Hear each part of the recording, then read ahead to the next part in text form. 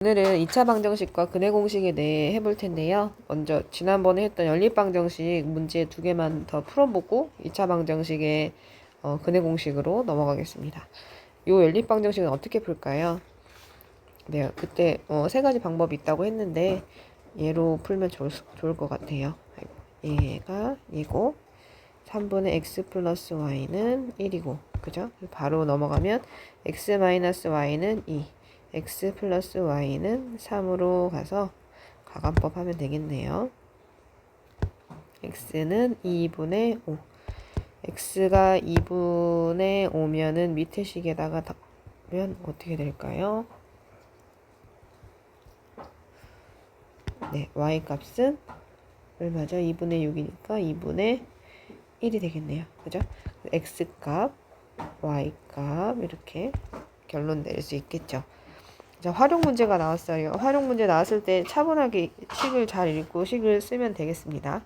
뭐를 x, y로 잡아야 될지 생각해야겠죠. 사과와 귤을 합해서 7개 샀으니까 x 플러스 y는 7.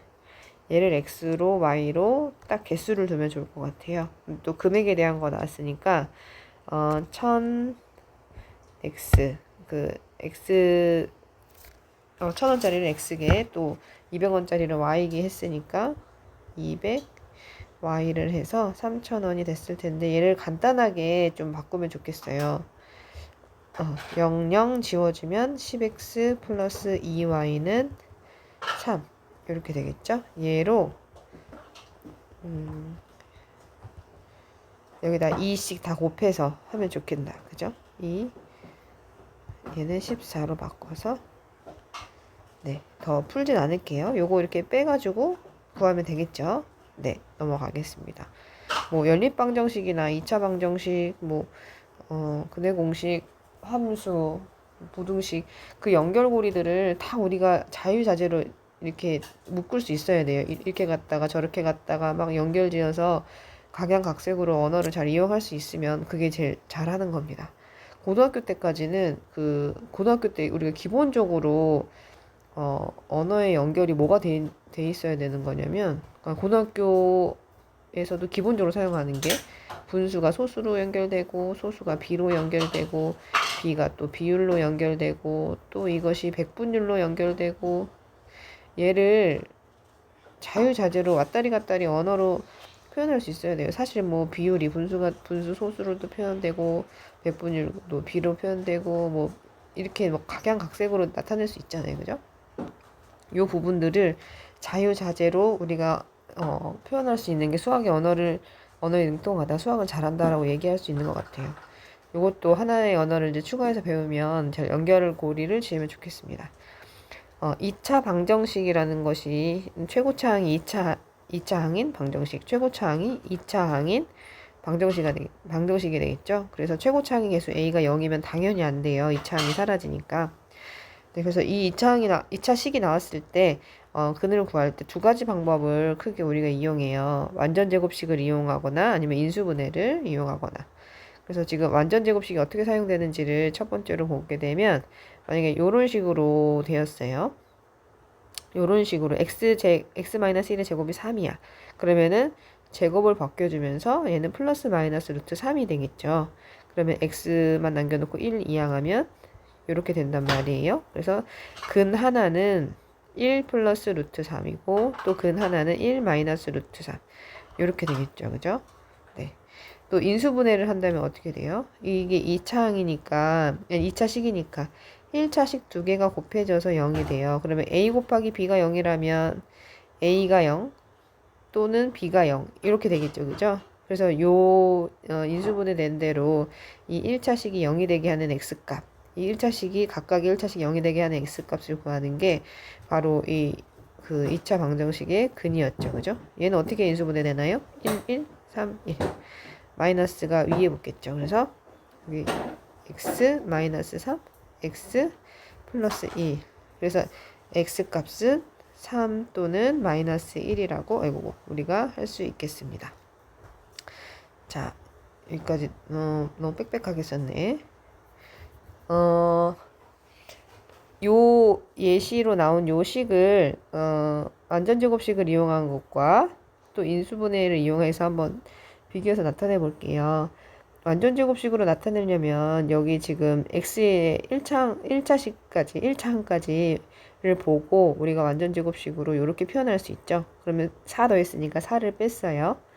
그리고 나서 완전제곱식 남겨놓고 이 수를 넘겨줬어요. 그러면 얘는 x-2로 이제 제곱을 바뀌니까 플러스 마이너스 1 이렇게 되겠죠. 그러면 x는 2 플러스 마이너스 1.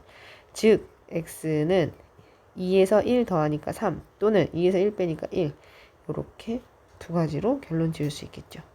예, 우리 인수분해 하면 어떻게 돼요? 요렇게 되겠죠. 그죠? 그래서 x 마이너스 3 x 마이너스 1은 0. 즉 x는 3 또는 1. 결과는 똑같게 나오겠죠. 자, 요거를 우리가 요거 같은 경우에는 완전 제곱식을 이용해서 문제를 풀 때 비교적 식이 간단하게 나왔지만 막 요 지금 오른쪽에 있는 요 식들이 분수가 되거나 복잡한 식이 되거나 혹은 허근이 나오는 경우도 있을 수 있어요. 그래서 여기가 만약에 여기가 플러스 3이었다면 넘어가면 마이너스 3이 되잖아요. 그죠? 그러면은 루트 안에 있는 수가 음수가 되는 거지. 허근이 나오는 경우도 있을 수 있어요. 그런 다양한 경우에 대해서 우리가 지금 생각해 볼 텐데, 자, 지금 근해 공식을 한번 알아보려고 해요. 칸이 좀 좁을 수도 있겠다. 근해 공식이 뭐냐면 아까 완전 제곱식을 통해서 2차 방정식의 근을 구하는데 그게 복잡한 식이 나오는 경우가 있다고 선생님이 아까 얘기했잖아요. 그죠? 그래서 얘를 세트로 우리가 하나의 공식화해서 외워서 대입했을 때 더 빠르네. 이걸 이제 알아낸 거예요. 그래서 그걸 넣었는데 이게 왜 이렇게 되는지 같이 한번 알아보면 좋겠습니다. 아까 똑같아요. 완전 제곱식에서 근을 구한 그 방식과 가는 길이 똑같아요. 한번 미지수로 나왔을 때, ABC로 나왔을 때 한번 해보도록 하겠습니다. 자, 먼저 여기까지 1차 항까지 묶어줘야 돼요. 그 A라는 개수로 묶어줘야 돼요. 그럼 여기는 어떻게 되겠어요? A분의 BX. 그럼 여기를 완전 제곱식이 되려면 여기 반의 제곱. 요거의 절반은 어떻게 돼요? 요거의 절반은 2A분의 B잖아요. 이거의 제곱은 4A 제곱분의 B의 제곱. 이렇게 되겠죠. 요건 지울게요. 그러면 여기는 이만큼 더했으니까 이만큼 빼야 되는데 사실 A로 묶고 괄호 안에 있는 거라서 A 다시 풀어주면 4A분의 B제곱이 되겠죠. 이만큼을 다시 빼줘야 돼요. 그 다음에 원래 있는 C. 자, 그러면 얘를 완전 제곱식으로 정리하면 2A분의 B 이렇게 되겠죠. 그럼 얘를 이제 우변으로 넘겨주면 마이너스 플러스가 되는 거죠. 네. 4A분의 B제곱. 내가 마이너스 C. 이렇게 될 거예요. 이걸 한번 통분을 해볼게요. 4A분의, 그럼 어떻게 돼요? B제곱 마이너스 4 개수니까 앞에, 얘네 두 개 곱해줘야 되잖아요. 그래서 개수니까 앞으로 몰고 미지수 순서대로. 이렇게. 자, 그 다음에, 여기서 다시 써야겠다. 2A분의 B의 전체 제곱이고 4A분의 B제곱 마이너스 4AC잖아요. 그래서 A로 나눠야 돼요. A로 나누면 어떻게 돼요?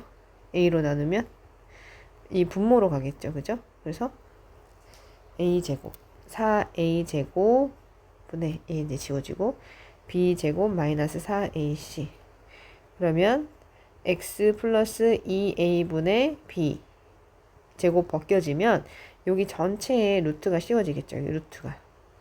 그죠? 루트 씌워지면 나올 수 있는 걸 한번 생각해 볼게요. 지금 분모 같은 경우에는 2A의 제곱이죠. 그죠? 그래서 제곱과 루트 벗겨서 나올 거예요. 그죠? 그래서 2A분의 B제곱 마이너스 4AC에다가 루트를 씌워야겠죠? 자, 이 경우에 그래서 분모의 A 값을 조건에서 0보다 큰 경우라고 주어질 때 이런 식이 가능한 거죠, 사실은. 그죠? 아니면은 루트 벗겨 나올 때 절대값 그대로 나오는 게 아니라 그 음수가 됐을 거니까. 자, 그러면 이제 이항시켜 볼게요. 마이너스 2a분의 b, 플러스 마이너스였다. 플러스 마이너스 2a분의 루트 b 제곱 마이너스 4ac. 분모 같으니까 한 번에 같이 써주면 요렇게 근해 공식이 연결됩니다. 그 유명하고도 유명한 근해 공식이 왜 우리가 요렇게 할 수 있는 건지를 명확하게 그 이유를 알아야겠죠. 그냥 무조건 외우면 안 됩니다. 자, 그렇게 했을 때 이제 플러스 마이너스에서 근이 그 두 가지로 이제 갈리잖아요. 그러면은 요 안에 이 루트를 씌워주고 있는 요 b제곱 마이너스 4ac가 만약에 0이라면 근이 하나가 아니라 동일한 근이 똑같은 근이 두 개가 되는 거겠죠. 똑같은 근이 두 개가 되는 거겠죠. 그죠? 네, 똑같은 근이 그 두 개가 나오는 그 똑같은 하나의 근이 될 거고, 여기 값이 만약에 0보다 작아요. 0보다 작으면 어떻게 돼요? 루트 안에 음수가 들어갔네? 그럼 허수로 값이 나오겠죠? 그 허근을 구할 수가 있는 거예요. 이게 만약에 0보다 커요? 0보다 커. 0이 아니라 0보다 커. 그러면 근이 플러스인 경우 마이너스인 경우 두 가지가 나올 수 있겠고. 그래서 얘 이름이 뭐냐면 근의 모양을 판별할 수 있네. 그래서 얘를 우리가 판별식이라고 해요. 네. 요 밑에서 이야기할 텐데 우선 지금 근의 공식을 우리가 도출을 해 봤으니까 얘 문제를 통해서 한번 구해 보도록 할게요. 문제 보면 요 식의 해가 x가 a고 x가 또 b일 때 요거의 해를 구하라고 하네요. 자, 그럼 어떻게 하죠? a 값을 구해야겠죠? a 값이랑 b 값을 구해야겠죠? 그럼 얘는 어떻게 할 수 있을까요? 지금 그 인수분해 통해서 해를 구할 수가 있겠다. 뭘로요? 3, 2 바로 보이네요. 그러면은 x 플러스 3, x 마이너스 2. 그래서 x는 마이너스 3 혹은 2인데, 그러면 여기 지금 조건이 a가 더 크다고 했으니까 a가 2가 되겠고 b가 마이너스 3이 되겠네요. 그대로 집어넣어주면 2x 제곱 마이너스 5x 마이너스 3은 0. 얘를 지금 인수분해가 되는지 먼저 보고 안 되면 근해 공식을 써야겠죠. 뭐 2, 1은 2, 3, 1은 3 이렇게 되지 않을까요? 그죠? 이렇게 하면은 6, 1 마이너스는 여기 붙으면 되겠다. 그죠? 네, 얘일 수도 있겠고 우리가 시행착오가 있다고 했잖아요. 이렇게 해서 이렇게 하면 2, 3인데 마이너스 두 개 다 붙어야지 마이너스 5 되는데 안 되니까 이렇게 되겠죠? 네. 천천히 풀면 되겠습니다. 그러면 2x 플러스 1 x 마이너스 3은 0. 이때 해를 구하라고 했으니까 마이너스 2분의 1 또는 3 이렇게 두 가지가 나오겠네요. 네.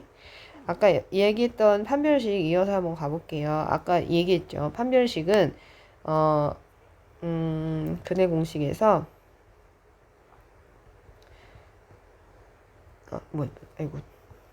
b의 제곱 마이너스 4ac였죠. 네, 이렇게 됐을 때 플러스 마이너스로 갈라지는 이 루트 안에 있는 요 값이 지금 판별식이라고 했어요. 얘가 지금 어떤 형식이 되느냐에 따라서 그 중근을 가질지 두 실근을 가질지 그 허근을 가질지 우리가 알 수 있게 된다는 거죠. 그죠? 자, 요거에서 근을 한번 구해 볼게요. 인수분해를 하려고 봤더니 7일은 7 되는 게 없죠. 그래서 근해 공식 쓸 건데 2a 어떻게 돼요? 2분의 마이너스 b 5 플러스 마이너스 루트 b의 제곱 5, 25 마이너스 4ac 47에 28 이렇게 되겠죠? 그러면은 2분의 마이너스 5 플러스 마이너스 루트 마이너스 3 즉 하나는 2분의 마이너스 5 플러스 루트 3i 한 개는 또 2분의 마이너스 5 마이너스 루트 3i 이렇게 허근까지 나오겠죠. 그죠? 근데 요거를 우리가 그 허근이 나오는지 처음에 판별식을 썼으면 또 바로 구분할 수 있었을 거예요. 그러면 b제곱 아까 지금 루트 25 마이너스 28 이 값이 지금 판별식의 결과인 거죠. 그죠? 네. 그래서 그 문제의 필요에 따라서 판별식만 보고서는 그 결론을 지어도 될 수도 있어요. 한번 응용을 해볼까요? 문제가 이렇게 나와 있는데 지금 이거에 요 2차식에 2차 방정식의 근이 이렇게 된대요. 그럴 때 a의 값을 구해보라고 했으니까 근의 공식에 한번 넣어봐야겠죠. 그러면은 2a니까 8분의 마이너스 b 마이너스 2 플러스 마이너스 루트 b 제곱 2 4 마이너스 4ac 4 4 16a 요거 한 것이 4분의 마이너스 1 플러스 마이너스 루트 13과 같대요. 근데 분모가 지금 절반이 됐네요. 그러면 어떻게 해야 될까요? 그러면 얘를 똑같이 해주려면 8분의 마이너스 2 플러스 마이너스 2 루트 13 이렇게 되겠고 얘가 지금 이렇게 루트 안에 들어가면 루트 4 곱하기 4 곱하기 13 하니까 얼마예요? 52가 되겠죠. 그래서 4-16a가 52라는 거를 알 수 있어요. 그래서 마이너스 16a는 넘어가면 얼마죠? 48 마이너스 48이 아니라 그냥 48이네요. 그러면 a는 3이라고 우리가 결론을 지을 수 있겠죠. a 값이 3입니다. 자, 지금 근의 공식을 그냥 무조건 외우면 되지 않는다는 걸 기억했으면 좋겠습니다. 그 문제 안에서 자유자재를 활용하려면 근의 공식을 한번 유도해서 그게 왜 이렇게 되는지를 알아놓으면 좋겠습니다. 그래야지 문제에 적용할 때 자연스럽게 적용할 수 있겠습니다. 네, 감사합니다.